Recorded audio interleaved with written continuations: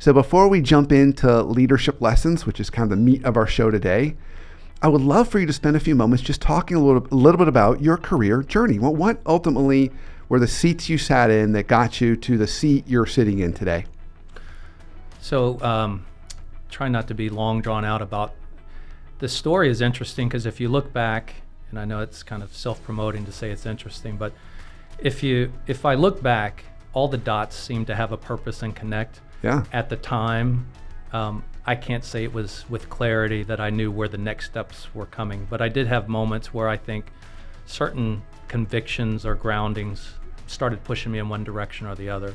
Yeah, totally. So I won't go so far back to just a little glimpse of high school, is that's where failure began and kind of the pride before the fall, because I was voted most athletic in my high school. I was, all Northwest Florida, which means nothing, but to an 18-year-old This kid. is why you keep crushing Meat Orange Theory. I've been wondering.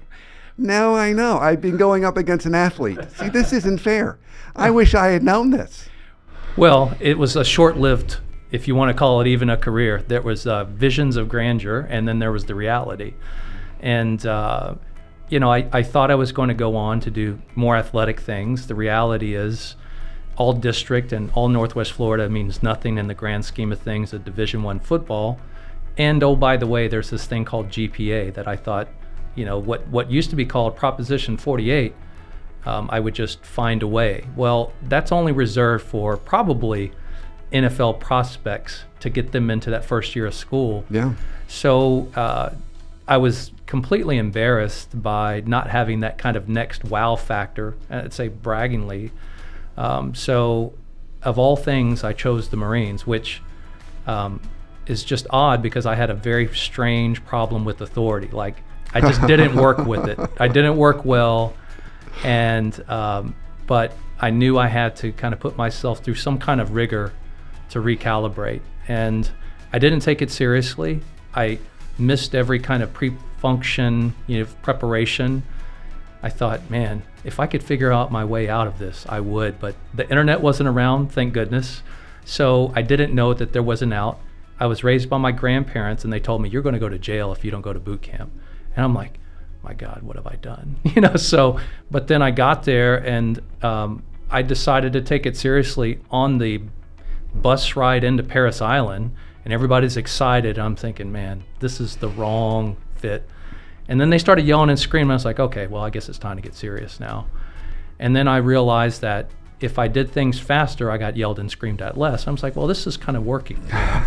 And but then that's where leadership started to kick in, because then there was these other things called guides and squad leaders, which I didn't understand because I had no interest in the military growing up.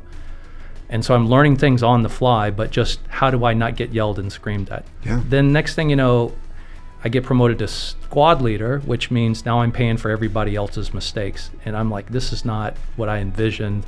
Why am I getting punished for somebody else's mistake? Then I got promoted to guide, and all of this was to avoid what I thought was getting yelled and screamed at, but more and more responsibility at that point started to be forced on me.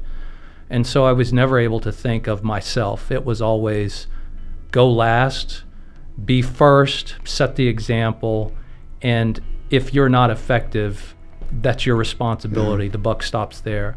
So, from there I had different direction about what particular technical skill. I did well on the military test, but I still didn't have any interest of any particular career. It was just kind of a passing item. The Marine Corps is funny. You have what they call hopes and dreams of where you want to go, and then there's where you end up. And my entire career was opposite of everything I've wanted. So if you want to talk about a 20-year test of resilience, it was everything I wanted to do, I ended up going in the opposite direction. So what's an example of that? What was something that you say early on, I wanted to do this, and they ended up saying, well, we're going to actually send you over here? Yeah, so, first I wanted to go to Pensacola, which is this, when you're younger, you just want to get back home, right? So, signals intelligence. I didn't care what the title was. I just knew that there was a school in Pensacola. And they sent me to Virginia to ground intelligence analyst. I'm like, this is not Pensacola, right? And we get a week from graduation, and again, I'm not filtered about like bureaucracy and politics. They ask me a question, I tell them unfiltered answers. They say, do you really want to be an intel? I was like, no, I do not. and they said, well, what do you want to be? I was infantry. And of course, I'm glad they didn't listen, because then they sent me to communications school. And I'm like, this is not working out. And then at least at the end of communications school, I thought like, well, at least I'll go to North Carolina, right? I don't want to go overseas. And where did I get sent? I got sent overseas, right? And I had no desire to travel outside the United States. And again, as part of the journey, right, I ended up meeting my wife that first year, and we dated for years, but... And so where overseas was that first assignment? Okinawa, Japan. That was Okinawa, which my only frame of reference, again, this is pre-internet, was Black Rain, which was like the Japanese Yakuza, mafia story, and Karate Kid. So these are all stereotypes I'm believing have more touches of reality than what we know nowadays, right? Right. So I get there the first time, and I'm hearing motorcycles. I'm like, man, they're going to cut our heads off. It's just believing all these extremes of an 18, 19-year-old. But then I ended up, again, I didn't want to be there, and it became a blessing in disguise because I ended up meeting my wife. Fast forward a couple of years, we ended up getting married. And I was still very young, but again, that was my other grounding that gave me purpose, where again, I'm not thinking of myself at this point. And I said, well, I guess it's time for me to get serious. And then the interesting part of, I went straight into the military after high school, but the interesting part about it is I just didn't have a desire. I was smart enough, but I didn't have a desire to go to college to learn. I wanted to just